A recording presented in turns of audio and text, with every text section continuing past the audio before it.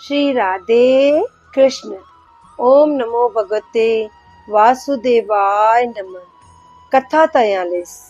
कृष्ण के वृंदावन वापस न जाने पर ब्रजवासियों का हाल।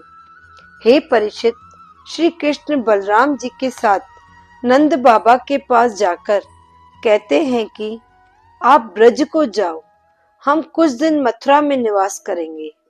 ये वचन सुन नंद बाबा बहुत व्याकुल होकर छटपटाने लगे। उन्हें ऐसा लगा जैसे मणिधारी सांप की मणि ही छिन गई हो। वे अपने श्याम सुंदर के मुख की ओर एक टक देखते रह गए।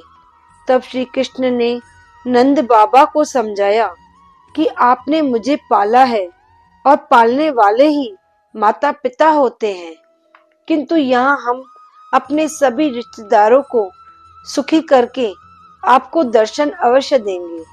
नंद बाबा मन मार कर आखिर ब्रज जाने लगते हैं। जब वह वृंदावन पहुंचे तो माँ यशोदा, रोहिणी, सभी गोपियां अपना अपना काम छोड़ नंगे पैर ही भागती हुई वहां आ गईं। पर जब अपने कान्हा को नहीं देखा तो माँ यशोदा बोली कि हमारा प्राण प्यारा कहाँ है? आप मेरे लाल को अकेला वहां छोड़ ये शीश के टुकड़े, अर्थात जो तोहफे वासुदेव जी ने नंद बाबा को दिए थे, ये शीश के टुकड़े किसके लिए लेकर आए हो? अब मैं किसके आश्रय रहूंगी? ये गैया मैं क्या करूंगी?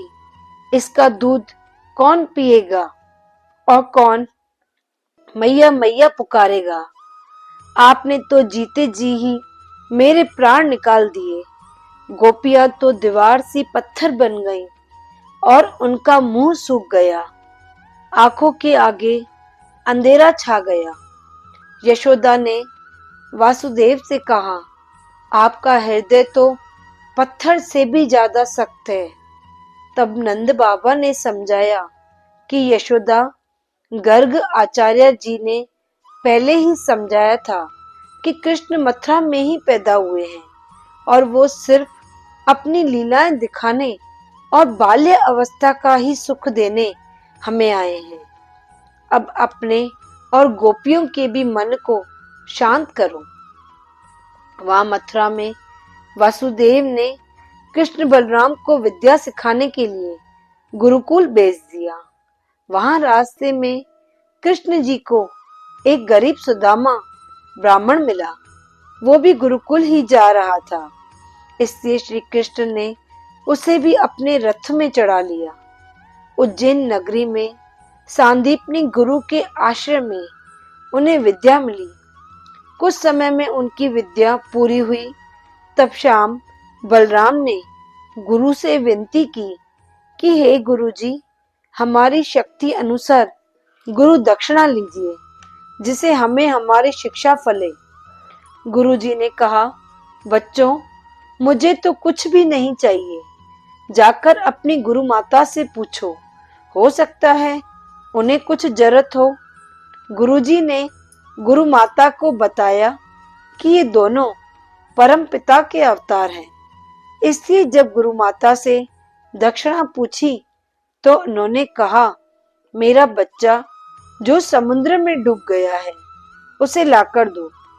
आज्ञा सुनकर वे दोनों समुद्र के पास गए। समुद्र उन्हें देखकर हीरे जवाहरात के थाल लेकर मनुष्य रूप में वहां आ गया। कृष्ण जी ने कहा, गुरु सांदीपनी का पुत्र हमें लौटा दो। समुद्र ने हाथ जोड़कर कहा, बालक तो मेरे पास नहीं है। मेरे गर्भ में एक पंचजन्य नाम का दैत्य शंख के रूप में रहता है, उसने अवश्य चुरा लिया होगा। तब भगवान जल में घुसे और उस शंखासुर दैत्य को मार डाला, किंतु वह गुरुपुत्र उनके पेट में भी नहीं मिला। फिर दोनों बालक यमपुरी में यमराज के पास गए और वहां से गुरु के बालक को वापस लाकर गुरु माता को सौंपा और गुरु से आशीर्वाद लेकर अपने शहर मथुरा वापस आ गए। बोलो श्री राधे कृष्ण। ओम नमो भगवते वासुदेवाय नमः।